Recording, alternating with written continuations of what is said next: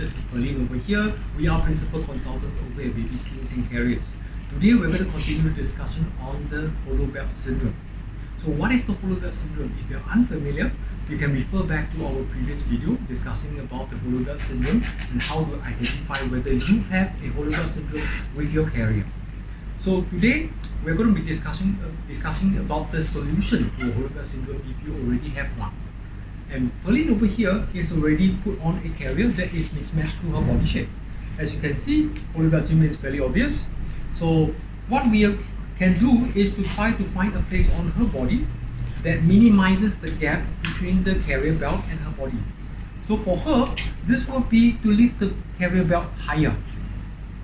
There is still a little bit of gap, but it's not as obvious as before. The other problem that we were trying to solve is for the baby moving away from the mother's body when the belt moves out. So that way, we can actually put the baby against the belt. So this presses the panel towards the belt, solving the problem of the baby moving away. So let Pauline put on the carrier and then let's see how it works. As you can see, the belt is now quite flat against the body, so this will make it more comfortable for the mother.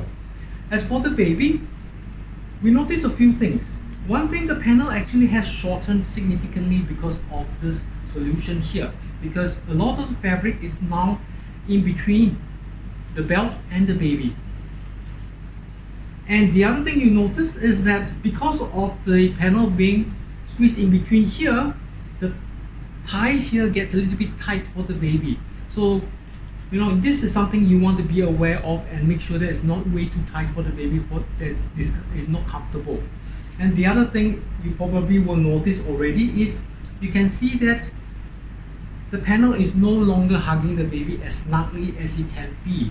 So the seat itself will be flatter and there would be less snugness around the baby because of the altering of the whole panel shape. So while we have a temporary solution here, we do compromise a little bit on 3 points, which is the height, the tightness on the thigh, and the snugness on the baby, and the sitting posture here. I hope you enjoyed our video. Remember, this is only a temporary solution and not a permanent one. The best way to avoid a hollow belt syndrome is to avoid it altogether by getting the right fit with an experienced baby wearing fitter. Bye! See ya!